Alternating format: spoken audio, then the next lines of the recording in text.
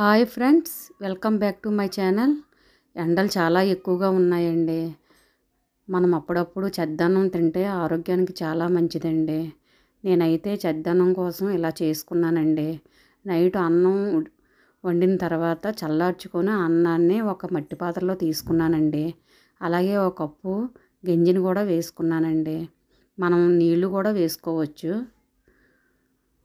నేనైతే గంజిని వేసుకున్నానండి. అలాగే గోరువెచ్చని పాలు ఒక కప్పు పాలు కూడా వేసుకున్నాను. ఇప్పుడు 2 చెంచాలు పెరుగును వేసుకొని బాగా కలుపుకున్నానండి.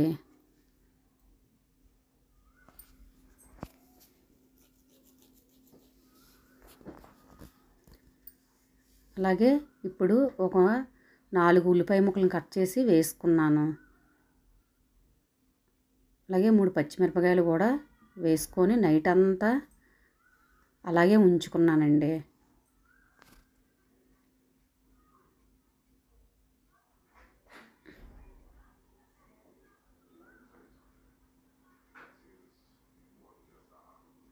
నైట్ అంతా ఉంచుకొని ఉదయాన్నే రుచికి సరిపడగా ఉప్పును వేసుకొని కలుపుకోవాలి. ఇది ఇంట్లోనే అందరూ తింటే ఈ ఎండాకాలంలో ఆరోగ్యంగా ఉంటాము. అలాగే రుచికి కూడా చాలా బాగుంటుందండి. మీరు కూడా ఒకసారి ట్రై చేయండి. నేనైతే ఇలా చేస్తానండి అప్పుడప్పుడు. అంతేనండి. Thank you for watching. Please like, share, subscribe.